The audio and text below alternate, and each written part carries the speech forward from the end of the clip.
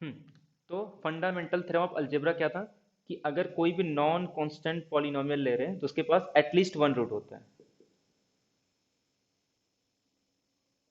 At least one root इन सी। तो अगर ये n डिग्री का पॉलिनोमियल है तो अगर एक रूट इसका मिल गया तो हम लोग उसको ऐसे लिख सकते हैं, मतलब अब जो नया पॉलिनोमियल आएगा उसका रूट डिग्री कितना हो जाएगा n-1। फिर से अप्लाई करेंगे तो फिर से एक रूट मिलेगा, मतलब ऐसे जब तक ये कांस्टेंट नहीं होता है तब तक उसके पास एक एक रूट मिलते जाएंगे। तो इसीलिए कोई भी n डिग्री का अगर पॉलिनोमियल है तो उसके पास एग्जैक्टली कितने रूट हो जाते हैं, n रूट्स। तो कहीं कहीं ये लिखा रहता है और कहीं कहीं पे ये लिखा रहता है कि एटलीस्ट वन रूट। तो फंडामेंटल थ्योरम ऑफ कैलकुलस ये है कि एटलीस्ट वन रूट होता है, बाद में उसी को जनरलाइज करके बोलते हैं कि उसके पास एग्जैक्टली एन रूट है। यहां तक क्लियर है कि कोई भी नॉन कांस्टेंट पॉलिनोमियल ले लो तो कॉम्प्लेक्स प्लेन में उसके पास सारे रूट होते हैं। इसी को हम लोग बोलते हैं जब फील्ड थ्योरी वगैरह पढ़ते हैं अल्जेब्राइकली क्लोज्ड, मतलब ऐसा डोमेन जहां पे कोई भी अगर पॉलिनोमियल लेते हैं तो उसका जो रूट है वो उसी के अंदर आता है। जैसे रियल एक फील्ड है बट उसके अंदर कोई भी अगर पॉलिनोमियल लेते हैं तो उसका रूट उसके अंदर नहीं होता। यहाँ तक कि इंटीजर्स के अंदर भी x² + 1 ये पॉलिनोमियल किसके अंदर है, z(x) के अंदर, बट इसका रूट इसमें बिलोंग नहीं कर रहा है, कॉम्प्लेक्स के अंदर बिलोंग कर रहा है। बट कॉम्प्लेक्स में ये चीज नहीं होता है, इसके सारे रूट किसके अंदर होते हैं, कॉम्प्लेक्स के अंदर होते हैं। तो ये प्रूव होता है bye fundamental theorem of algebra. इसके बाद और एक अच्छा रिजल्ट यूज होता है कि अगर एक पॉलिनोमियल n डिग्री का ले रहे हैं, मतलब नॉन कांस्टेंट पॉलिनोमियल, तो इसके जितने भी रूट है, मतलब n डिग्री का अगर पॉलिनोमियल है तो मैं कॉम्प्लेक्स का कोई भी पॉइंट ले लूं, कोई भी पॉइंट, ये हर पॉइंट को एग्जैक्टली n टाइम्स एज्यूम करता है। मतलब ये कि यहां पे ऐसी n वैल्यूज होंगी, टोटल इसके पास डोमेन में ऐसे n वैल्यूज होंगे जिनका इमेज ये पॉइंट होगा। तो एक रिजल्ट यहां से हम लोग क्लेम करते हैं कि अगर p एक पॉलिनोमियल है, it assume every complex number exactly n times. और इसका प्रूफ भी एकदम सिंपल रहता है कि अगर पी ऑफ जेड एक पॉलिनोमियल है तो इसके पास एग्जैक्टली n रूट होंगे। तो कुछ नहीं करना है, कोई भी एक कॉम्प्लेक्स नंबर ले लो, सी में एक कॉम्प्लेक्स नंबर लेना है, एक क्यू ऑफ जेड डिफाइन करो, पी ऑफ z-a, या फिर पी ऑफ जेड प्लस ए या पी ऑफ z-a। ये कैसा है, पॉलिनोमियल है। अरे ये पॉलिनोमियल है, अगर उसमें एक मैं ए ऐड कर दे रहा हूं, ये कोई एक कांस्टेंट नंबर है, ये भी एक पॉलिनोमियल होगा। तो ये अगर n डिग्री का, ये n डिग्री का है तो ये भी n डिग्री का होगा ना। किसी पॉलिनोमियल में कांस्टेंट ऐड करने से उसके डिग्री में कोई इफेक्ट नहीं होता है। जैसे मैं एक ले रहा हूं z² + 1, इसका डिग्री कितना है, 2। ये सपोज मेरे पास p ऑफ जेड है, तो इसके पास कितने रूट होंगे, एग्जैक्टली 2 रूट्स। तो मैं एक काम करता हूँ, एक क्यू ऑफ जेड डिफाइन कर रहा हूँ, z² + 1, इसमें कोई नंबर ऐड कर देता हूँ, सपोज 6 ऐड कर रहा हूँ। तो ये क्या हो जाएगा, z² + 7, बट इसके डिग्री पे कोई इफेक्ट नहीं हो रहा है। तो ऐसे ही p ऑफ जेड अगर कोई भी n डिग्री का पॉलिनोमियल है तो मैं एक q ऑफ जेड डिफाइन करूंगा, p of z plus suppose a, where a is a any complex number. तो इसका मतलब क्या हो गया कि जो Q ऑफ Z है ये भी n डिग्री का पॉलिनोमियल है। तो इसके पास यहाँ पे माइनस ही लो, तो इसके पास कितने रूट होंगे Q के पास,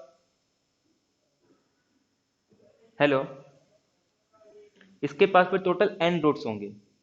तो n रूट्स होंगे, इसका मतलब क्या होगा कि मैं उसको जब पुट करूंगा तो इसकी वैल्यू क्या आ जाएगी, P of Z minus a is equal to 0। तो P of Z is equal to a आ गया। बट ऐसे कितने रूट होंगे, एग्जैक्टली n रूट्स होंगे ना। तो मैं ये कोई भी एक कॉम्प्लेक्स नंबर ले रहा हूं, तो यहाँ पे मेरे पास ऐसे n पॉइंट है जिसका इमेज क्या आ रहा है, ये कॉम्प्लेक्स नंबर आ रहा है। तो यहां से क्लेम करते हैं हम लोग कि अगर कोई भी पॉलिनोमियल फंक्शन है वो एवरी कॉम्प्लेक्स नंबर को एज्यूम करता है, और वो भी एग्जैक्टली कितने टाइम एज्यूम करता है, तो एन टाइम एज्यूम करता है। तो ये सिंपल सा प्रूफ है उसका, बाय फंडामेंटल थ्योरम ऑफ का एप्लीकेशन है। ठीक है, ये क्लियर हो गया। तो अब ये अपना सब कुछ हो गया है। इसके बेसिस पे अपने को क्वेश्चन सॉल्व करना है। सिर्फ एक वाइंडिंग नंबर के बारे में बताना था मेरे को। और कुछ रिजल्ट याद रखो, जैसे 1/z - a है, तो जब भी ये आता है ना, या फिर यहाँ पे मैं n ले रहा हूँ, इसकी वैल्यू या तो 2πi होती या तो 0 होता है। 2πi तभी होगा जब n इज इक्वल टू 1, और n 1 नहीं होगा तो ये हमेशा 0 आता है। सेकेंड, किसी भी पॉइंट पे अगर फंक्शन का वैल्यू फाइंड करना है और वो सिंपली कनेक्टेड डोमेन नहीं है, तो हम लोग वाइंडिंग नंबर का कॉन्सेप्ट पढ़ते हैं। तो सिर्फ चेंजेस ये हो जाता है वहां पे कि यहाँ पे अपने को मल्टीप्लाई करना पड़ता है वाइंडिंग नंबर से। वाइंडिंग नंबर बता रहा हूँ अभी, 2 मिनट वेट करो। किसी पॉइंट पे किसी कर्व का वाइंडिंग नंबर से मल्टीप्लाई करना, बाकी सेम रहता है। 1/2πi integration of f(z)/z - z0 ये। तो वाइंडिंग नंबर सिर्फ मल्टीप्लाई करना है। अगर मेरा डोमेन क्या है, सिंपल कनेक्टेड डोमेन नहीं है, अगर है तो ठीक है, अगर नहीं है तो उसकी वाइंडिंग नंबर से मल्टीप्लाई करना पड़ता है। और वाइंडिंग नंबर का सिंपल सा डेफिनेशन यही रहता है कि किसी पॉइंट को कोई भी कर्व कितने टाइम उसको पूरा वो वाइंड कर रहा है, उसको हम लोग बोलते हैं उसका वाइंडिंग नंबर। बट उसका जो डायरेक्शन है वो कैसा होना चाहिए, एंटी क्लॉकवाइज सेंस में जाना चाहिए। तो कुछ एग्जांपल लिख रहा हूँ, उसका क्या बताना है, वाइंडिंग नंबर। सपोज ये एक पॉइंट है और इसको मैं इस तरीके से कुछ कर रहा हूँ।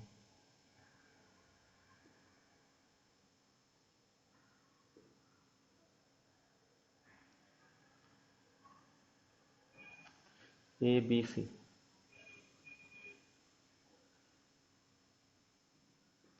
हाँ, तो हम लोग क्या चेक करते हैं कि जो डायरेक्शन है, उसको वाइंड करने वाले का डायरेक्शन जो है वो क्या होना चाहिए, एंटी क्लॉकवाइज में होना चाहिए। और वो उसको कितने टाइम वाइंड कर रहा है उसके अकॉर्डिंग हम लोग उसका वाइंडिंग नंबर निकालते हैं। जैसे ए है, इसको ये कर्व एक बार कितने टाइम वाइंड कर रहा है, 1 टाइम। उसके बाद यहाँ से जाके फिर वो इसको सेकेंड टाइम वाइंड कर रहा है, तो इसका वाइंडिंग नंबर जो होगा इस ए पॉइंट का, इस कर्व के थ्रू वो कितना आ रहा है, 2 आ रहा है। सी का वाइंडिंग नंबर कितना होगा फिर, हेलो, सी का बाइंडिंग नंबर कितना होगा, हेलो,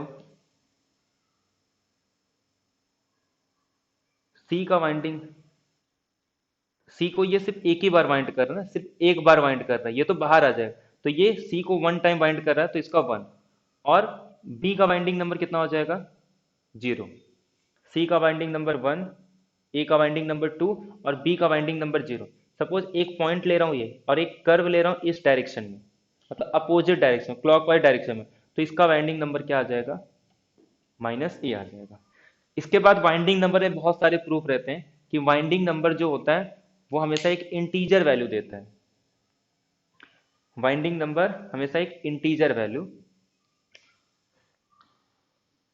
और उसके बाद ये हमेशा एक कांस्टेंट होता है, इंटीजर होता है, और इसके हेल्प से ना वो जो डिस्क वाला फॉर्मूला है सब बोला, इसी के हेल्प से हम लोग प्रूव करते हैं। और इसका जो जॉर्डन कोनैनिकल फॉर्म, इसका मेन यूज कब होता है, जब हम लोग टोपोलॉजी में कंपोनेंट वगैरह डिस्कस करते हैं ना, मैक्सिमल कनेक्टेड सेट, तो वहां पे यूज होता है कि जैसे अगर मैं कोई भी सिंपली कनेक्टेड डोमेन ले रहा हूँ ना, तो इसका एप्लीकेशन ये है कि इस कर्व इसको मैं छोड़ दूं, मतलब ये कर्व को छोड़, जैसे ये मेरा सपोज ये एक कर्व है, पूरे कॉम्प्लेक्स प्लेन में से अगर इसको माइनस कर दूं ना, तो ये इसको दो कनेक्टेड सेट में डिवाइड कर देते हैं। एक ये बाहर वाला जो अनबाउंडेड कनेक्टेड सेट होता है, और एक होता है बाउंडेड कनेक्टेड सेट। तो जो अनबाउंडेड में जो पॉइंट आते हैं उसका वाइंडिंग नंबर 0 होता है, जबकि जो बाउंडेड वाले रीजन में पॉइंट आता है वो या तो निगेटिव या तो पॉजिटिव, वो डिपेंड करता है उसके सेंस में कि वो क्लॉक एंटी क्लॉकवाइज जा रहा है या क्लॉकवाइज जा रहा है। तो ये जो दो रीजन है ना, इसको बोलते हैं मैक्सिमल कनेक्टेड सेट। ये भी एक कनेक्टेड सेट है, ये भी एक कनेक्टेड सेट है, ये दोनों मैक्सिमल कनेक्टेड सेट, इसको कंपोनेंट बोलते हैं टोपोलॉजी के अंदर। कॉम्प्लेक्स में भी डिस्कस करते हैं प्रूफ वगैरह के लिए। ठीक है, बस अपने को वाइंडिंग नंबर का यूज होता है इसके लिए पता होना चाहिए।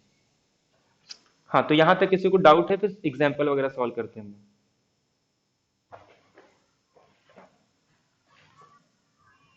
हेलो, यहाँ तक किसी को कुछ डाउट है? हाँ, अब एग्जाम्पल वगैरह देख लेते जल्दी जल्दी।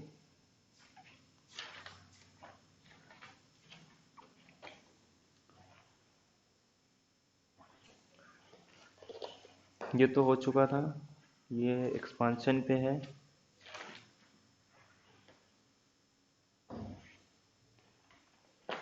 ये क्वेश्चन इंटीग्रेशन का है, बट वो यहाँ प्रूव नहीं होगा, क्योंकि हम लोग ने ये टाइप का नहीं देखा। ये जो है ना यहाँ पे, ये cos 1/z, ये टाइप का अपने पास नहीं है ना, तो ये एनालिटिक है, ना ही अपॉन में z minus z not form का है, तो ये यहाँ नहीं प्रूव होगा।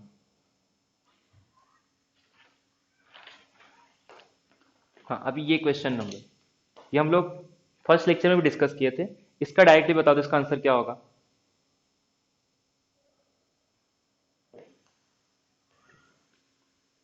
सिंपल, ये अपने पास फॉर्मूला ही दिख रहा है ना।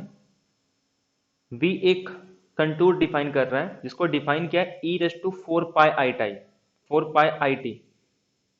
एक सर्कल को वाइंड करने में कितना, मतलब कितना एंगल लगता है? 2 पाई। तो 4 पाई आई टी मतलब ये जीरो को कितने 2 टाइम बाइंड करेगा। और यहाँ पे जेड क्यूब आ गया, मतलब इसको कैसे लिख सकते हैं? Z minus 0 raise two cube. तो एन की पावर, मतलब यहाँ पे जो n+1 है वो 3 है, तो n कितना हो जाएगा? 2। तो यहाँ पे सिर्फ क्या रहता है?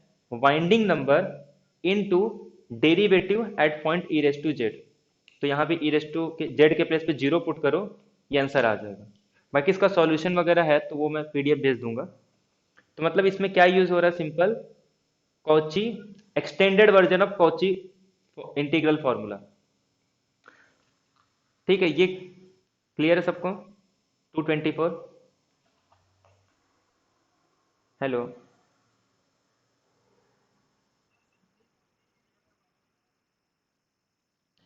सिंपली कनेक्टेड डोमेन नहीं है ना ये, मतलब करेंगे वही यूज करके, लेकिन ये सिंपली कनेक्टेड डोमेन नहीं है। सिंपली कनेक्टेड डोमेन का मतलब क्या होता है कि वो एक ही बार वाइंड करता है, सिर्फ 2 बार वाइंड नहीं करना चाहिए। तो बाकी सब वही फॉर्मूला रहेगा। अपने पास फॉर्मूला क्या था कि f z not is equal to 1/2 pi i f of z upon z minus z not raise to d z. But ये जेड नॉट के प्लेस पे क्या आ गया? 0। और यहाँ पे ये 3, अगर ये n+1 रहता है तो यहाँ पे ये n आ जाता है, और यहाँ पे n फैक्टोरियल आ जाता है ना। तो ये 0 आ गया, तो मतलब ये क्या हो जाएगा? एफ ऑफ, ये तो जेड ही रहेगा, ये जेड नॉट के प्लेस पे 0, और ये इसके प्लेस पे क्या आ जाएगा? n के प्लेस पे 2, क्योंकि 3 है ना, तो ये 2+1, तो ये ऐसे हो गया। तो बस ये 2 को ये साइड लेके आ जाएंगे, और इसके वाइंडिंग नंबर से ही मल्टीप्लाई करते हैं, क्योंकि ये फॉर्मूला सिंपली कनेक्टेड डोमेन के लिए था। वाइंडिंग नंबर में यहाँ उसका वाइंडिंग नंबर मल्टीप्लाई होता है, तो ये 2 कैंसिल हो जाएगा, सिर्फ क्या बचेगा? nth derivative of f of z. यहाँ पे क्या लिखा है? E raise to z. तो ई रेस टू जेड का डेरिवेटिव निकालेंगे कितने टाइम? 2 टाइम। तो ई रेस टू जेड का डेरिवेटिव फर्स्ट टाइम भी e raise to z, second time भी e raise to z. 0 put करेंगे तो 1। तो इसका आंसर 1 आ गया।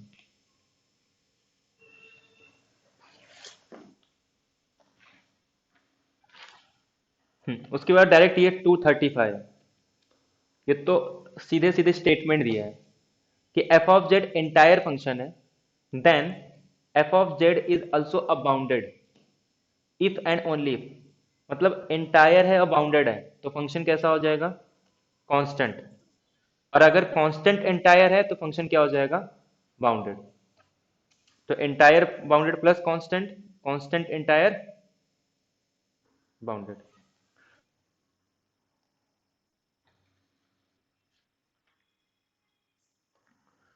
237। हाँ, ये मोरेरास थ्योरम छूट गया था अपना।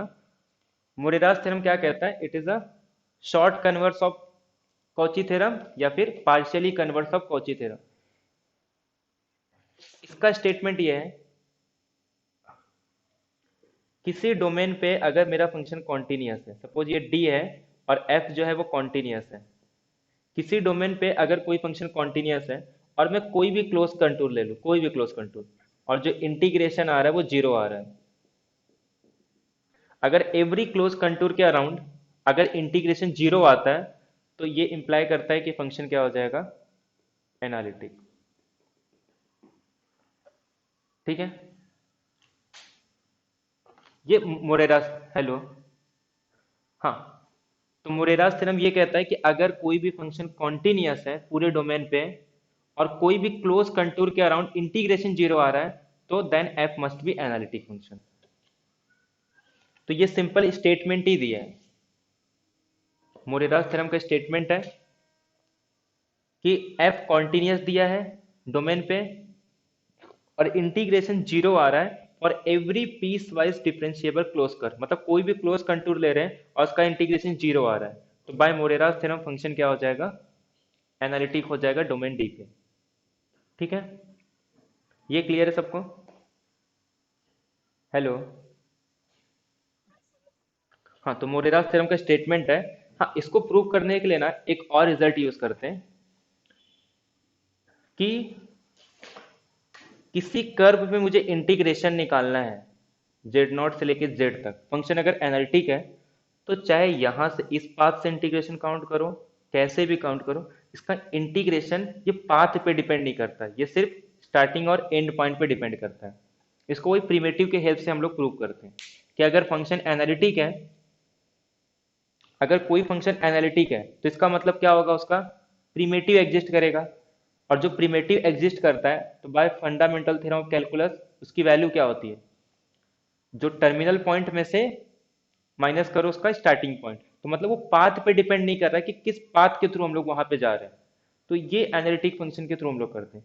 तो इसीलिए वो पाथ, ये सब इन अरे इक्विवेलेंट स्टेटमेंट है कि अगर कोई फंक्शन एनालिटिक है तो उसका प्रिमिटिव एग्जिस्ट करता है, इंप्लाय कि F is a path independent. तो वो ये प्रूव करने के लिए उसका यूज वगैरह करते हैं। ठीक है, हाँ, ये क्या आएगा, the value of sine Z by Z, यहाँ पे यूज कर सकते हैं हम लोग कॉची थ्योरम।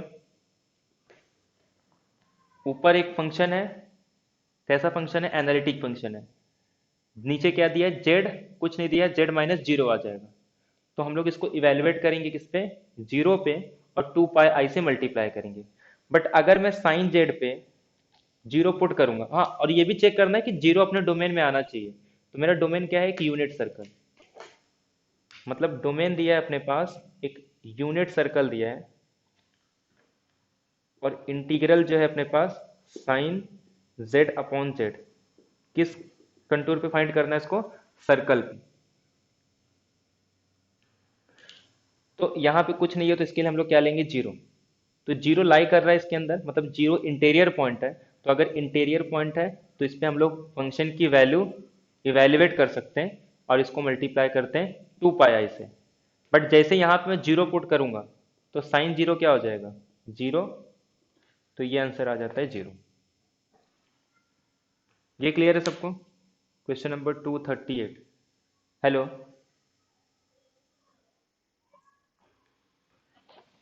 मतलब अगर ये अपने को खाली थ्योरम वगैरह पढ़ा है ना, पता है, तो क्वेश्चन डायरेक्ट हो जाते हैं इसके, सिर्फ स्टेटमेंट ही पूछते हैं इसमें। 238,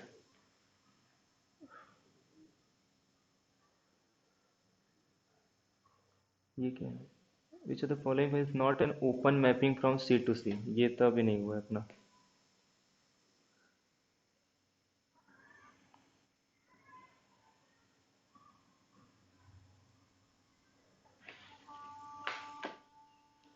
हाँ, ये क्वेश्चन जो है ना, ध्यान दो यहाँ पे, for which of the following function does the function take complex value arbitrary close to any complex number inside any arbitrary neighbourhood of zero. यहाँ पे हम लोग extended version of Cauchy theorem, अरे क्या, extended version of Liouville's theorem apply नहीं करते। ये क्या बोल रहा है कि अगर मैं जीरो के अराउंड एक नेबरहुड ड्रॉ करूंगा, मतलब ये हम लोग आगे पढ़ेंगे कि अगर मैं जीरो पॉइंट के अराउंड एक नेबरहुड ड्रॉ कर रहा हूं, कोई भी नेबरहुड, तो यहां का कोई भी कॉम्प्लेक्स नंबर ले लो, इस डोमेन में ना एक पॉइंट ऐसी मिल जाएगी जो जिसका इमेज ये होगा। जैसे एंटायर फंक्शन में हम लोग क्या बोलते थे कि अगर कोई फंक्शन एंटायर फंक्शन है तो वो एज्यूम करता है सारे कॉम्प्लेक्स नंबर को, बट इसमें से ये पूछ रहा है ऐसा कौन सा एग्जाम्पल है कि जीरो के अराउंड में कोई भी नेबरहुड ड्रॉ करूं तो इस डोमेन पे ये कॉम्प्लेक्स नंबर के हर एक पॉइंट को एज्यूम करेगा, हर एक कॉम्प्लेक्स नंबर को। तो ये हम लोग आगे बढ़ते हैं जब एसेंशियल सिंगुलैरिटी वगैरह डिस्कस करेंगे तब। ठीक है, तो ये इससे रिलेटेड क्वेश्चन नहीं है। यहाँ पे हम लोग ये पिकार्ड थ्योरम वगैरह इसमें नहीं यूज करेंगे, क्योंकि इसमें क्या बोला है कि arbitrary close to any complex number inside any arbitrary neighbourhood of zero. जबकि एंटायर फंक्शन में ऐसा नहीं रहता, हो सकता है कि वो जो नेबरहुड ड्रॉ कर रहा हूं उसके बाहर की पॉइंट हो।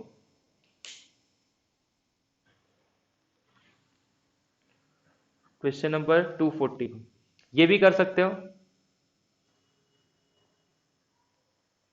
डोमेन क्या है, एक सर्कल है जिसका रेडियस 2 है और सेंटर 0 पे है। इंटीरियर पॉइंट 0 चाहिए, 0 लाई कर रहा है, तो सिंपल क्या अप्लाई होगा, 2 पाई आई इंटू ये जो एफ ऑफ जेड दिख रहा है इस पे 0 इवेलुएट करेंगे तो क्या आ जाएगा, सिंपल 1, और 1 को 2 पाई आई से मल्टीप्लाई करेंगे, आंसर सी आ जाएगा। समझ में आ रहा है ना? Hello.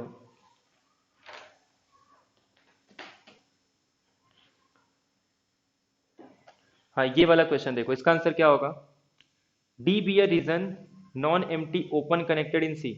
An analytic function on D has a continuous derivative on D, but the derivative may not be analytic on D. मतलब फर्स्ट सिंपल ये है कि किसी ओपन कनेक्टेड डोमेन पे अगर कोई फंक्शन एनालिटिक है तो वो क्या इंप्लाई करता है कि उसके पास कॉन्टिन्यूस डेरिवेटिव तो होगी, लेकिन उसका derivative may not be analytic. पहला ट्रू होगा। हेलो, कि अगर कोई एनालिटिक फंक्शन है तो उसके पास कॉन्टिन्यूस डेरिवेटिव तो होगा, लेकिन उसका डेरिवेटिव में नॉट बी एनालिटिक। ट्रू है ये?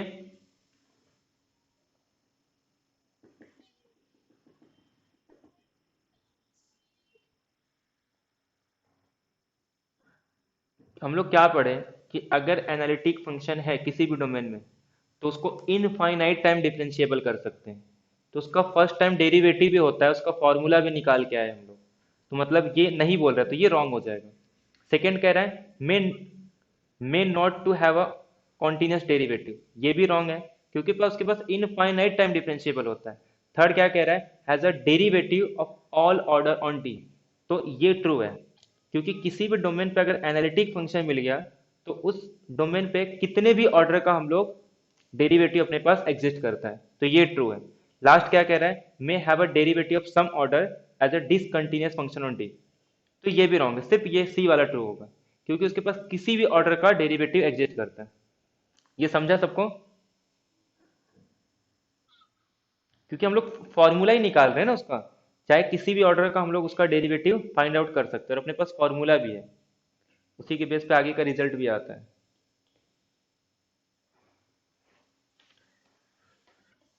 ये सब तो आइडेंटिटी फंक्शन पे है, ये सब सिंगुलैरिटी का है, open mapping theorem, bilinear transformation, maximum principle, residue theorem. हाँ, ये भी स्ट्रेट फॉरवर्ड है ना, एंटायर बाउंडेड मतलब कांस्टेंट। हाँ, एग्जाम में ऐसे ऐसे क्वेश्चन आते हैं, मतलब बहुत सारे क्वेश्चन बोलते हैं ना, अगर ध्यान से देखोगे ना पूरा पेपर, तो 10 मिनट्स में ना ऐसे 25 क्वेश्चन तो मिल जाते हैं जो डायरेक्ट स्ट्रेट फॉरवर्ड रहते हैं, मतलब स्टेटमेंट बेस पे।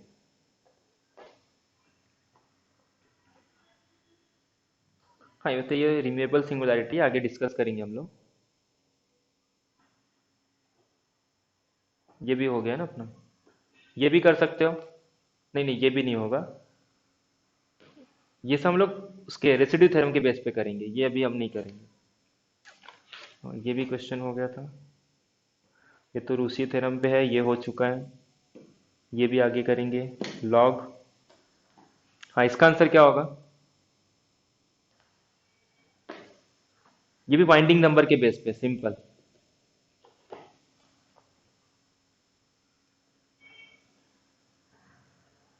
हेलो, 267 का आंसर क्या होगा, सिंपल बाइंडिंग नंबर के बेस पे।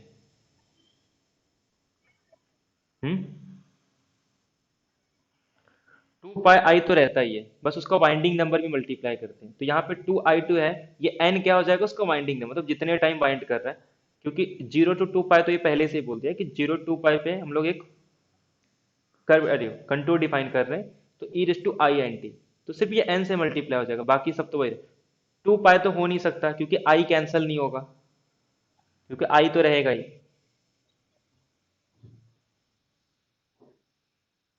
नहीं नहीं नहीं, वो कैसा था वो अलग चीज था। वो मतलब क्या कह रहा था कि टू पाई का मतलब क्या है, उसको कंप्लीट करने के लिए एक सर्कल कितने लगेंगे, टू पाई लगेंगे ना। हेलो, हाँ, एक सर्कल कंप्लीट करने के लिए टू पाई लगे, और टू सर्कल कंप्लीट करने के लिए फोर पाई। बट इसमें ये डिफाइन ही कर रहा है जीरो टू पाई पे। हाँ, और ई रेस टू आई टी अपने पास क्या आता है, साइन टी प्लस आई टाइम्स कॉस टी। अब ये एन उसका वाइंडिंग नंबर, मतलब जितने टाइम इसको वाइंड करना है, ये तो e raise to I T में ही एंगल आ जाएगा ना।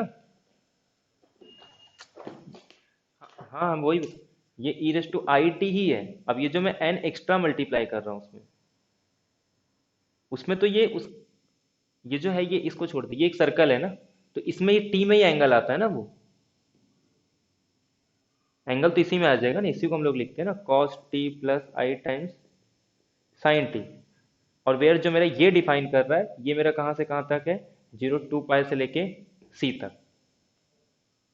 अब इसके बाद ये जो एक्स्ट्रा मल्टीप्लाई कर रहे हैं ना, ये उसका वाइंडिंग नंबर हो जाएगा, मतलब वो कितने बार उसको वाइंड करेगा, तो सिर्फ वो एन से मल्टीप्लाई हो जाएगा, two pi i into n उसका वाइंडिंग नंबर। ठीक है, हेलो, ये क्लियर हुआ।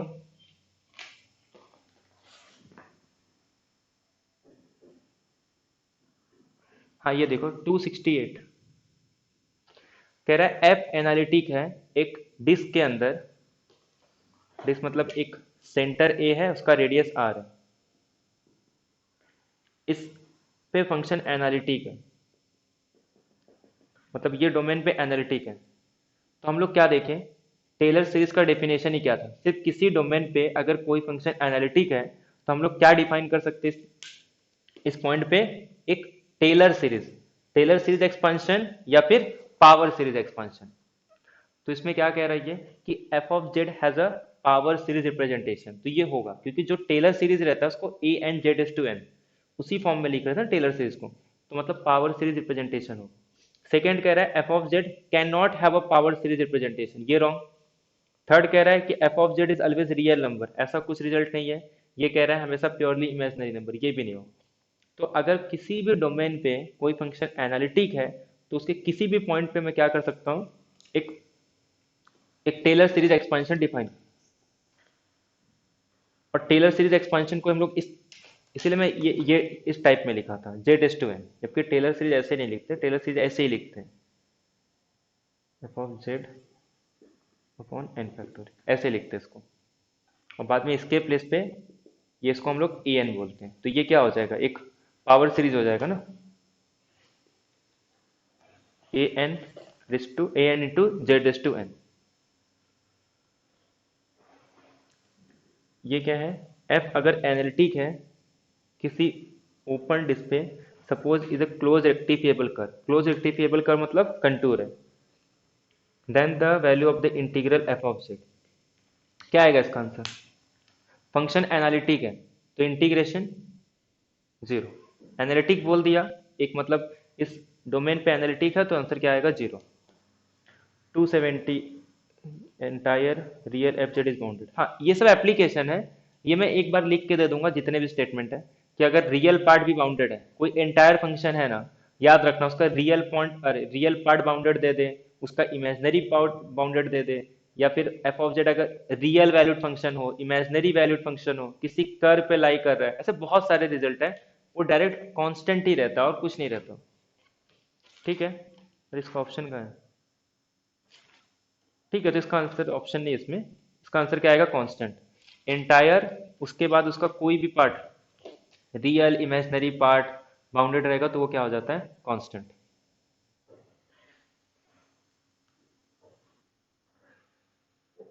हाँ ये जो है ना, यही मैं बोल रहा था, ये स्टेटमेंट है एक्चुअल में, वो जो ये वाला एग्जांपल था ना, हाँ, इसमें यही यूज करते हैं। ये जो स्टेटमेंट दिया ना कि in any neighbourhood of an isolated essential singularity F assume करता है ऑल कॉम्प्लेक्स नंबर। ये आगे हम लोग डिस्कस करेंगे, क्या बोलते हैं इसको, कैजुअलिटी थ्योरम करके बोलते हैं। वो इसका स्टेटमेंट ही है कि अगर आइसोलेटेड एसेंशियल सिंगुलैरिटी है तो उसके किसी भी नेबरहुड पे वो हर एक कॉम्प्लेक्स नंबर को एज्यूम करता है। तो इसका ये आंसर आता है, ये आगे डिस्कस करेंगे हम। एफ बी ए कॉन्फॉर्मल मैप, ये भी कॉची स्क्वार्ट्ज इनइक्वालिटी के बाद आता है कि ऑटोमॉर्फिज्म रहता है, और जितने भी ऑटोमॉर्फिज्म वो रोटेशन मैप ही रहते हैं। ये भी हो गया है 275। हाँ ये एक बार खाली इसको रीड कर देना, ये पाथ इंडिपेंडेंट पे है। ये जो मैंने पाथ इंडिपेंडेंट बताया था ना कि अगर कोई भी फंक्शन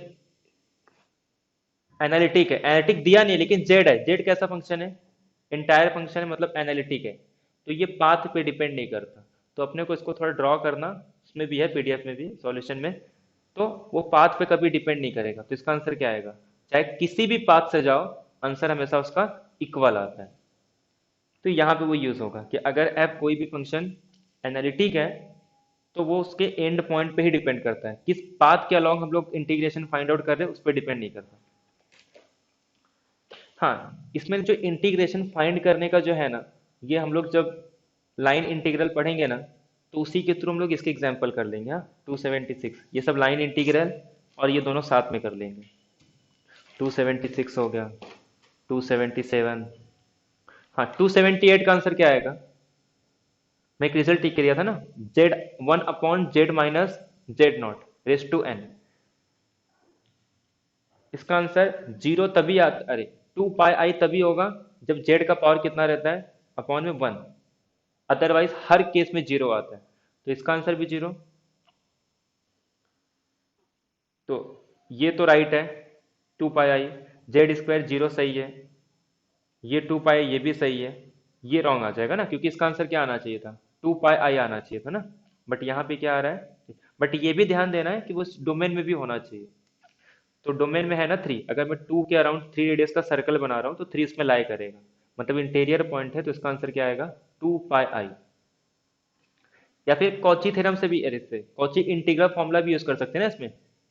इसका आंसर क्या आएगा, 2 pi into F of Z पे जीरो पुट करेंगे, अरे 3 पुट करेंगे, बट यहाँ पे एफ ऑफ जेड क्या है, कुछ नहीं है, मतलब 1 है, तो 1 इंटू 2 पाई। तो इसका आंसर इसके लिए यहाँ पे क्या आना चाहिए था 2 पाई। तो डी ऑप्शन क्या आ जाएगा इसका, ट्रू नहीं है, बाकी हर एक ट्रू है। समझ में आया ना ये डी। हेलो, वो जो रिजल्ट लिख के दिया उससे भी कर सकते हो, या फिर सिंपल कॉची थ्योरम से, अरे कॉची इंटीग्रल फॉर्मूला से भी आता है। ये कहाँ का क्वेश्चन है, लिमिट इंफीरियर लिमिट सुपेरियर। अच्छा ये तो उसका डेफिनेशन, रेडियस ऑफ कन्वर्जेंस का डेफिनेशन है कि एंटायर फंक्शन है तो उसका रेडियस ऑफ कन्वर्जेंस क्या होगा, इन्फिनिटी। तो इसका आंसर ये आ जाएगा, और ये रेडियस ऑफ कन्वर्जेंस का डेफिनेशन है R. F analytic in the neighbourhood domain with f of z. हाँ ये इसका आंसर क्या आएगा ये बताओ, 281। Consider the following two statement, e raise to z, z belongs to C is a one one function. हाँ ये भी थोड़ा अलग है, रियल एनालिसिस में ई रेस टू एक्स क्या होता है, वन वन होता है ना, इंक्रीजिंग फंक्शन है। लेकिन कॉम्प्लेक्स में ऐसा नहीं होता, क्योंकि ई रेस टू जेड को हम लोग कैसे लिख सकते हैं, e raise to x into e raise to i y, तो वो क्या आ जाएगा cos i y plus sine i y. और अपने को पता है कि हर 2 पाई के बाद वो वैल्यू सेम देता है, तो मतलब ये वन वन तो नहीं हो सकता। E raise to z one one function, real के अंदर e raise to x one one है, बट कॉम्प्लेक्स के अंदर e raise to z one one function नहीं है, ये पीरियोडिक फंक्शन होता है, तो वन वन नहीं रहेगा, ठीक है। तो e raise to z one one function. Hello,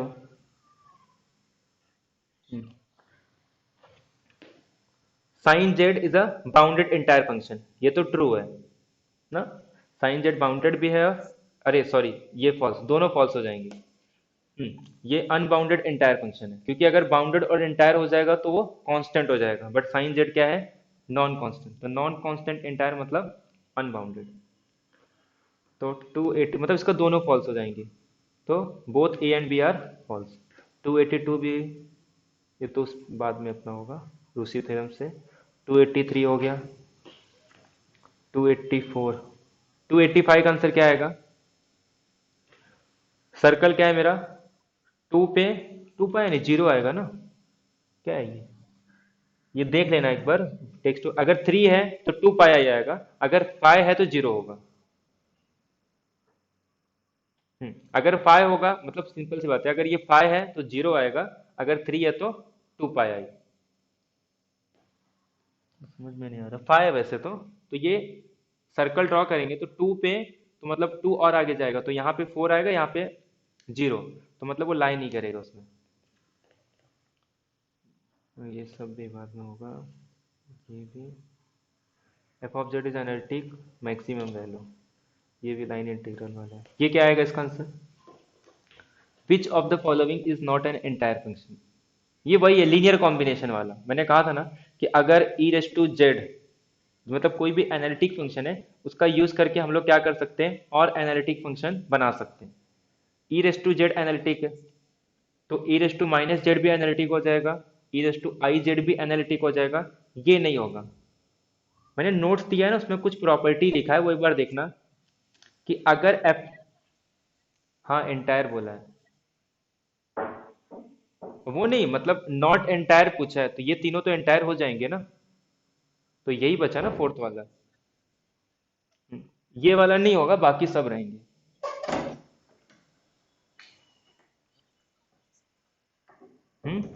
क्या हुआ?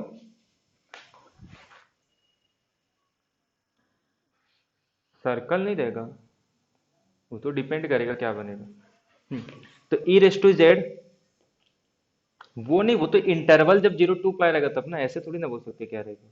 ई रेस टू जेड ये भी एंटायर है, तो ये अगर सिर्फ माइनस से मल्टीप्लाई कर देंगे वो भी एंटायर, तो ये तीनों एंटायर होंगे, ये एंटायर नहीं होगा। इसमें थ्योरम क्या यूज करना है कि अगर एफ ऑफ जेड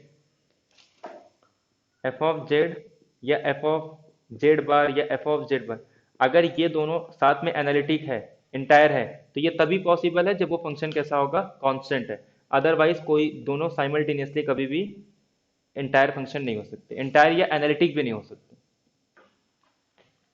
तो वो उससे भी हो जाता है कि ये कभी भी इंटायर फंक्शन नहीं हो सकता। ठीक है, बाकी सब वही उस,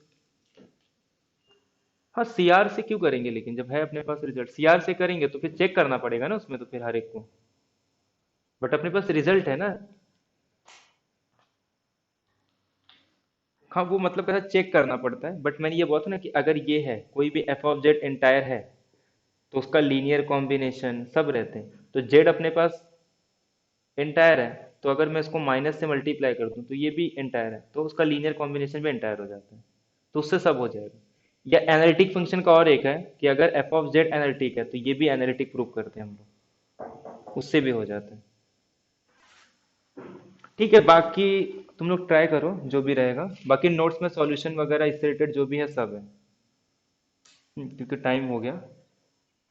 ठीक है, बाकी जो भी डाउट रहेगा, हाँ कल का भी चांस नहीं है कि कल लेक्चर होगा, मतलब फिक्स नहीं है। अगर कल हॉस्पिटल गया तो कल लेक्चर नहीं होगा, अगर कल नहीं गया तो फिर परसों नहीं होगा, ठीक है। तो जैसा रहेगा मैं कल ही बताऊंगा। बाकी इसका ये जो मतलब नोट्स वगैरह वो भी और इसका सॉल्यूशन दोनों पीडीएफ सेंड कर देता हूँ आज, ठीक है। बाकी जो वीडियो है ये